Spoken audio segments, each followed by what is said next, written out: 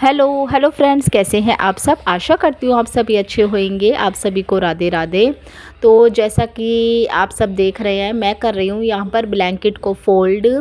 तो समझ ही गए होंगे कि टाइम क्या हो रहा है। तो टाइम हो रहा है मॉर्निंग का। मॉर्निंग के बज रहे होंगे 8 का लगभग 8 बजे का टाइम होगा। तो बच्चों के स्कूल जाने के बाद, हस्बैंड के ऑफिस जाने के बाद लग जाती हूँ अपनी क्लीनिंग में इस टाइम से। तो आज ना प्रॉपर आपको जो मेरा रूटीन होता है ना बच्चों के स्कूल जाने के बाद का, वो आप लोगों के साथ प्रॉपर शेयर कर रही हूँ। तो लगभग 8 बजे से 10:30 बजे तक का ये मेरा रूटीन होता है। तो बच्चे स्कूल चले गए, उसके बाद सीधा मैं इस वाले बेड की चादर को ना झाड़ करके और अच्छी तरीके से बिछाती हूँ।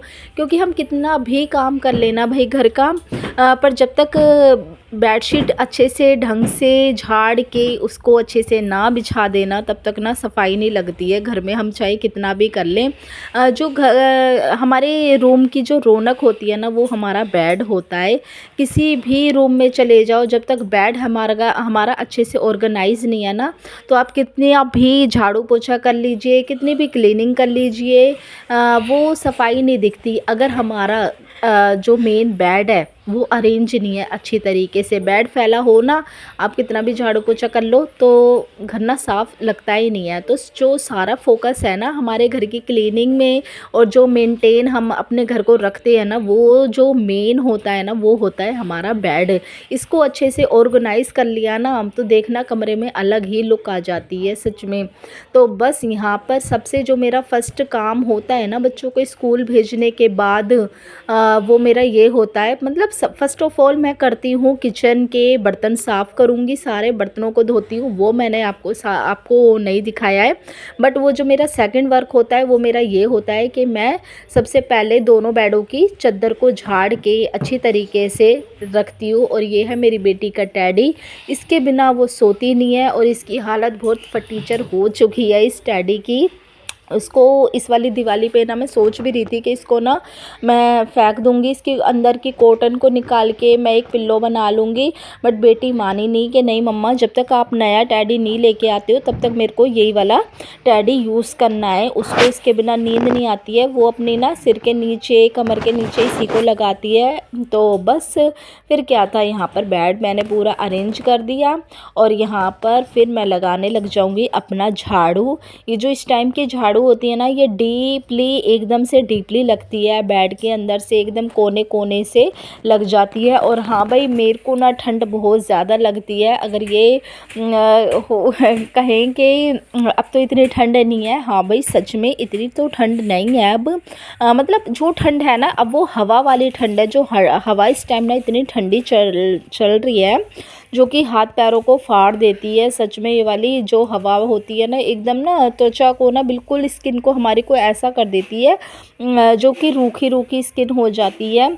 तो मैं तो अपना सॉक्स भी अभी फ़िलहाल पहन के रखती हूँ। और मेरे को ना उठते के साथ ही जर्सी और स्टोल तो सिर पे चाहिए ही चाहिए। या तो मेरे को सिर पे कैप चाहिए या फिर स्टोल, तो ये मेरी आदत है। तो इनको सुबह उठते ही ना मैं पहन लेती हूँ अपना, और नहाने से पहले ही इनको उतारती हूँ। तो यहाँ पर डीपली झाड़ू मैं अपनी लगा दूँगी।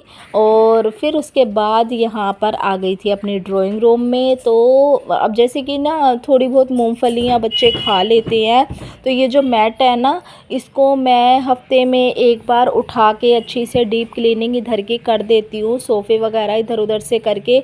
और जब ये मैट बिछा देती हूँ ना, तो ये टेबल इतना भारी है ना कि उठ नहीं पाता। ये टेबल बहुत ज़्यादा हैवी है, तो इसीलिए हफ्ते में एक बार इसको, मैट को मैं उठा के क्लीन करती हूँ। अब रात को ना हस्बैंड ने, बच्चों ने मूंगफली खाई थी, तो इसके ऊपर बहुत सारे छिलके गिर गए थे। तो आज मन नहीं मान रहा था कि मैं इसको मतलब चारों ओर से झाड़ू लगाऊं।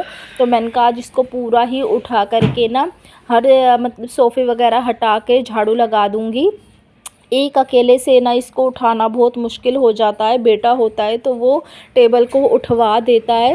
तो फिर इसको अकेले को मैं उठाऊंगी यहाँ से, और इस मैट को आज अच्छी तरीके से ना यहाँ से भी सारा साफ़ कर दूंगी।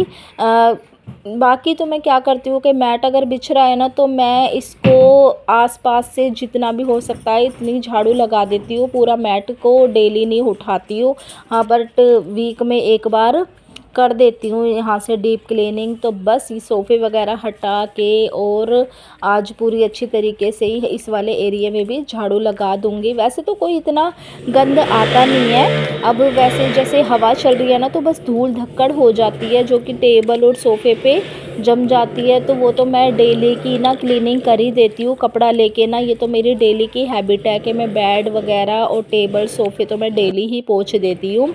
तो बस आज सोफ़े वगैरह हटा के यहाँ से झाड़ू लगा दूँगी। और ना बड़ा सुबह का जो टाइम होता है ना वो इतना बिज़ी शेड्यूल होता है कि हमारे पास बिल्कुल भी टाइम नहीं होता कि हम कुछ और काम करें, मतलब कुछ भी, जैसे कि फ़ोन वगैरह नहीं देख सकते। भाई मैं तो अपनी बताऊँ, मैं फ़ोन को ना छूती भी नहीं हूँ जब तक मेरा काम कंप्लीट नहीं हो जाता ना, जब तक मैं झाड़ू पोछा नहीं कर लेती, पूजा वगैरह नहीं कर लेती ना, मैं बिल्कुल फ़ोन को हाथ नहीं लगाती। हाँ, जब मेरा काम पूरा हो जाता है ना, नहा के पूजा करके जो मैं अपनी पहली चाय बनाती हूँ ना, उसके साथ मैं फ़ोन को देखती हूँ। भाई उस टाइम मेरे को फ़ोन चाहिए, उससे पहले मैं फ़ोन को नहीं छूती। चाहे मेरा काम लगभग मेरा 10 साढ़े 10 बजे तक कंप्लीट मैं अपना कोशिश करती हूँ कि कर ही लेती हूँ मैं सारा काम। और बच्चों को भेज के बस लग जाओ ना, इस ट्रिक से काम करो तो बहुत जल्दी काम हो भी जाता है, फटाफट फटाफट। तो बस यहाँ पर ना इस टेबल वगैरह को पोंछ लूँगी। और ये है मेरे हाथ में कॉटन का कपड़ा, इससे ना डीप क्लीनिंग बहुत अच्छे से होती है। सच में कॉटन का कपड़ा को ना आप भिगो के अच्छी तरीके से ना हल्का सा सुखा लो तो इससे बेड टेबल सोफ़े बहुत अच्छी तरीके से क्लीन होते हैं। ये जो हमारे डस्टर आते हैं ना उसके अकॉर्डिंग में मैं तो अपना घर के यही वाले कपड़े यूज़ करती हूँ। और पुरानी जैसे कॉटन की टी शर्टें हैं, बनियान है ना, सच में उससे इतनी अच्छी किचन साफ़ होती है ना, गैस तो बहुत अच्छी साफ़ होती है बनियानों से। और यहीं से पे इसी वाले इससे कपड़े से पूरे टेबल को पोंछ दूंगी। और जब डीप क्लीनिंग करते हैं ना तो घर इतना अच्छा लगता है ना। और इस टाइम तो धूल धक्कड़ इतनी हो रही है ना कि हवा चल रही है ना, तो उसके साथ अब बारिश काफ़ी टाइम हो गया बारिश नहीं हुई तो धूल बहुत ज़्यादा उड़ रही है। बारिश हो जाती है तो वो धूल बैठ जाती है, बट अभी बारिश तो हुई नहीं है, बहुत टाइम हो गया, तो धूल बहुत ज़्यादा उड़ रही है इस टाइम। तो बस यहाँ पर टेबल वगैरह पोंछ दिया। तो अब बारी आ गई है बेड की। और ना कमरे में ना एकदम से धूल धक्कड़ जब सारी हट जाती है ना तो सच में जान आ जाती है, पूरे घर में ही जान आ जाती है। बहुत अच्छा लगता है कि किसी भी कोई भी अगर हमारे घर में मेहमान आ जाता है, मेहमान क्या किसी को बता के नहीं आते हैं। मेरी मम्मी हमेशा कहती थी कि मेहमान और मेहें कभी बता कर नहीं आते, कभी भी आ जाते हैं। मतलब मेहे मीन्स बारिश और मेहमान मीन्स तो पता ही है गेस्ट, कि इनका कोई टाइम टेबल नहीं होता, कभी भी आ सकते हैं। तो बस इसी तो हमारा हर गृहिणी का यही होता है कि हम अपने घर को एकदम नीट एंड क्लीन रखें, हमेशा अपने घर को इस तरीके से हम तैयार रखें कि हमारे घर में कोई भी आता है तो उसको पे जो इम्प्रेशन पड़ना चाहिए ना वो अच्छा पड़ना चाहिए, कि उन्हें दिखना चाहिए कि हाँ भाई इस घर की लेडी अपने घर को पूरा मेंटेन करके रखती है, पूरा अच्छी तरीके से ऑर्गेनाइज़ करके रखती है। तो अच्छा इम्प्रेशन पड़ता है उस पे और हमें भी अच्छा लगता है। और बच्चों भी अगर अपने घर को ना साफ़ सुथरा नीट एंड क्लीन देखते हैं तो वो भी आगे को यही देख सीखते हैं कि हमारी मम्मा भी इस तरीके से अपने घर को रखती हैं। तो हर गृहिणी का यही वो होता है। और मैं यहाँ पर बैठ के लगा लूँगी पोंछा, क्योंकि ना बैठ के पोंछा लगाओ ना तो ये साथ में जो बॉर्डर होते हैं ये इस पे भी साथ के साथ हम पोंछा मार देते हैं। और दरवाजे होते हैं उस पे भी मार देते हैं। तो बैठ के पोंछे से ना डीप क्लीन एकदम अच्छे से पोंछा लग जाता है। हाँ, और कभी कभी मेरे को जब जल्दी होती है तो मैं मैजिक मोप से मारती हूँ पोंछा। जब मेरे को कहीं पे जाना है और बिल्कुल मन नहीं है, तबीयत ख़राब है, तो मैं मारती हूँ मैजिक मोप से पोंछा। अदरवाइज़ मेरे को मैं यही सोचती हूँ कि मैं बैठ के ही पोंछा मारूँ, क्योंकि ना जो चमक ना फर्श पे बैठ के मारने से आती है वो मैजिक मोप से इतना नहीं आती है। बेशक वो पैडों के नीचे तो पूरा चला जाता है, बट मेरे को जो कंफर्ट लगता है ना अपना, मैं बता रही हूँ, मेरे को वो बैठ के ही पोंछा लगाना लगता है। तो बस और इतनी जल्दी भी होती नहीं है तो भाई काम की, वो तो कभी हमारे को कहीं पे जाना है तब लगता है कि भाई मैजिक मोप लो और फटाफट फटाफट से मार दो। तो यहाँ पर पोंछा वगैरह लगा के अपना सारा काम करके मैं नहा ली थी, और नहा के ना साथ के साथ मैं अपने जब कपड़े थोड़े से होते हैं ना तो मैं नहा के साथ के साथ ही धो देती हूँ उन कपड़ों को। जैसे कि बस मेरे मेरे थे और बेटे के कपड़े थे और हस्बैंड के थे, तो मैं उनको यहाँ पर साथ के साथ ले आई थी और इनको बिना मशीन के बिना ड्रेन के सुखा दूँगी, क्योंकि इन दिनों इतनी तेज़ धूप निकल रही है और साथ के साथ हवा भी है, तो कपड़े बहुत ज़्यादा जल्दी सूख जाते हैं। तो बस इनको यहाँ पर मैं फटाफट से साथ के साथ कपड़ों को सुखा के ना, फिर अब मेरे पास सिर्फ कोई काम नहीं है सिवाय पूजा के। तो बस अब मैं आ गई हूँ कपड़ों को सुखा के, पूजा के बर्तनों को ले करके अब इनको अच्छे से मांजूंगी। और पूजा के बर्तन डेली हम रगड़ के मांजे ना तो एकदम उनकी चमक बनी रहती है। बर्तनों की पूजा वाले बर्तन है मेरे, और सच में बताऊँ ये मेरे दिए वगैरह ना मैं इतना रगड़ के मांजती हूँ ना तो एकदम शाइन करते हैं, पीतल के हैं और बिल्कुल सोने जैसे चमकते हैं। अगर इनको ढंग से हम, एक तो होता है देखो दो तरीके से मांजना होता है, एक तो हम हल्के हाथ से मांजते हैं तो बस वो तो हमारा ऊपर से मांज ही देते हैं, एक हम मांजते हैं कि टाइट हाथ से। तो ये जो पूजा के बर्तन है ना मैं इनको अच्छे से टाइट हाथ से मांजती हूँ ताकि इनकी चमक ना ऐसी बनी रहे, और पूजा के बर्तन ना एकदम चमकते हुए ही अच्छे लगते हैं। तो बस यहाँ पर एक मैं रखती हूँ छोटे वाले गिलास में, भगवान जी के लिए पानी रखती हूँ, और एक प्लेट में रखती हूँ दिए, दो दिए, एक युगल जोड़ी का और एक कान्हा जी का, दो दिए जलाती हूँ, और एक प्लेट में रखती हूँ मैं मिश्री और उनका जल। तो इस तरीके से ना काफ़ी बर्तन हो जाते हैं भगवान जी के। तो डेली उनको मांजना होता है और टाइट हाथ से मांजना होता है ताकि वो एज इट इज़ बने रहें बर्तन। तो आज है एकादशी, और जो भी एकादशी का व्रत रखते हैं उनको हैप्पी एकादशी। तो आज जया एकादशी है, तो मैं ना आज अपने जुगल जोड़ी को भी ना स्नान करवाऊंगी एकादशी पे। यही सोचती हूँ अगर टाइम के अकॉर्डिंग होता है एकादशी पे, ज़्यादातर मेरा यही रहता है कि मैं कान्हा जी और राधा रानी को ना दूध दही शहद इनों से 5 चीज़ों से स्नान करवाती हूँ। पर अगर टाइम नहीं होता तो मैं खाली दही से और ना जल में गंगा जल मिलाकर उससे स्नान करवा देती हूँ। तो आज फिर मैंने दही का पैकेट, अभी क्योंकि सर्दियाँ आए ना तो दही तो घर में नहीं जमा रही हूँ, हाँ पर मैंने पैकेट वाली दही मंगवा के ना तो युगल सरकार को और शिव परिवार को, लक्ष्मी नारायण जी को ना दही से यहाँ पर साफ़ कर रही थी। तो दही लगा के ना अगर इनको गाढ़ी गाढ़ी दही लगा दो और हाथ से अगर हम ना हल्के से भी ना इनको करते हैं ना तो ये एकदम से चमक जाते हैं, इनमें शाइन आ जाती है। सच में इतने अच्छे से साफ़ होते हैं ना कि ऐसे लगता है कि जैसे बस क्या ही बताऊँ, एकदम सोने की तरह चमकने लग जाते हैं सारे भगवान जी। तो यहाँ पर सारे भगवान जी को मैंने साफ़ कर दिया था, मंदिर को डीप क्लीन कर दिया था।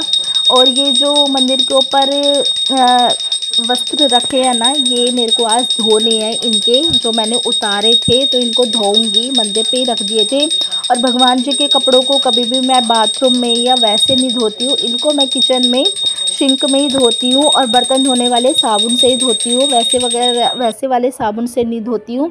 फिर उसके बाद नाश्ते में आज बच्चों के लिए बनाए थे गोभी के पकोड़े, क्योंकि अब गोभी है ना इतनी अच्छी फ्रेश और सस्ती आ रही है, तो बस फिर गोभी के पराठे बनाओ, गोभी के पकोड़े बनाओ और चाहे तो गोभी की सब्ज़ी बनाओ। तो मैंने बनाए थे गोभी के पकोड़े जो कि बच्चों को काफ़ी पसंद आए थे। तो बस यही मैं आपको दिखा रही थी, काफ़ी क्रिस्पी पकोड़े बने थे और मेरा तो फास्ट है।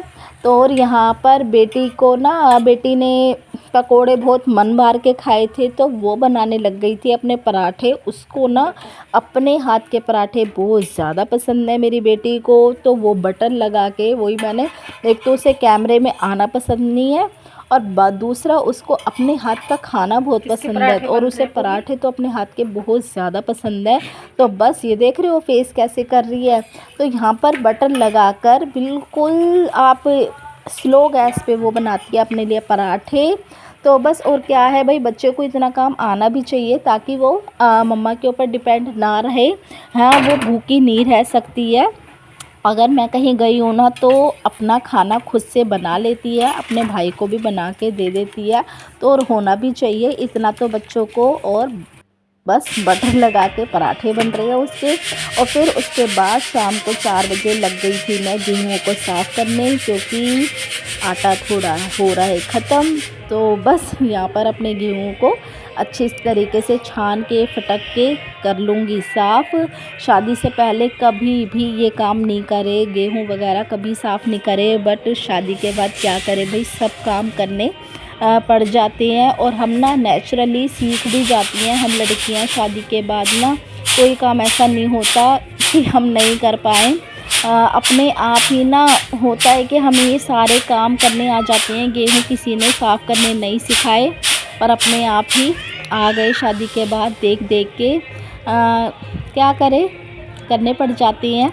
और शादी से पहले अगर कोई बोल दे ना तो नहीं, हमें तो आता ही नहीं है ये काम, हमने तो कभी किया ही नहीं है। पर ससुराल ऐसी चीज़ है। और ना जब अपनी जिम्मेदारियां अपने ऊपर आ जाती है ना, हम एक माँ बन जाते हैं, तो सब कामों को हमें करना ही पड़ता है। ये सब बात सच है कि नहीं भाई, मैं तो ये कहूँगी सच है। हर काम हम जब पेरेंट्स बन जाते हैं ना तो हर एक जिम्मेदारी को हम उठा पाते हैं और अपने उन कामों को बाखूबी कर भी पाते हैं। तो बस आज की वीडियो में इतना ही, मिलती हूँ।